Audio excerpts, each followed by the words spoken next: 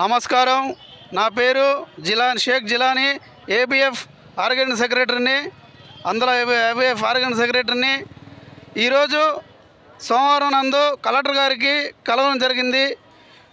ఏంటంటే మన అందుల సమస్యలు ముఖ్యమైన సమస్య ఏంటంటే ఇప్పుడు మన బ్లాక్ నోటిఫికేషన్ 2022లో వేసింది, 2023కి ఇచ్చారు.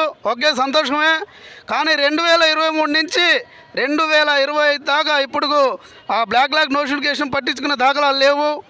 అందువల్ల ఈ బ్లాక్ నోటిఫికేషన్ ఇచ్చి మాకు చదువుకున్న వాళ్ళందరూ కూడా ఏదో దారి చూపిస్తారని ప్రభుత్వానికి ఇన్వెస్ట్ చేస్తున్నాం. అదేవిధంగా ఇండిపెండెంట్ ఫ్యామిలీతో సంబంధం లేకుండా, కుటుంబంతో సంబంధం లేకుండా ఇండిపెండెంట్ కార్డు మన అందులకి ఇవ్వాలని చెప్పి ప్రభుత్వాన్ని కోరుతున్నాం.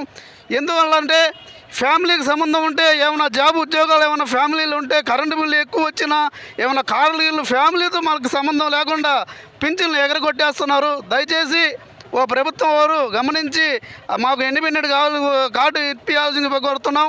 అదేవిధంగా ఈ ఏడీ ఆఫీసు, వికలాంగుల ఆఫీసు మారుమూల ప్రాంతాల నుంచి తీసుకువచ్చి మన నగరంలో ఎక్కడైనా కలెక్టర్ ఆఫీస్ దగ్గర మనకు ఇవ్వాల్సింది కోరుతున్నాం. ఎందుకంటే ఒక అంధుడు ఏడీ ఆఫీస్ కాడికి వెళ్ళాలంటే ఎంత కష్టాలు పడుతున్నాడో అందులకే తెలుస్తుంది, కానీ సకలాంగులకు తెలియదని చెప్పి నేను తెలియజేస్తూ ఉన్నాను.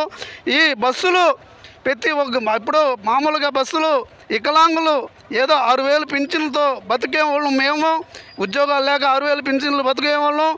ఈ బస్సు ఫ్రీలు కూడా మా వికలాంగులకు కూడా బస్సు ఫ్రీ రవాణా చేయాలని చెప్పి ప్రభుత్వం వాళ్ళని కోరుతున్నాం. ధన్యవాదాలు.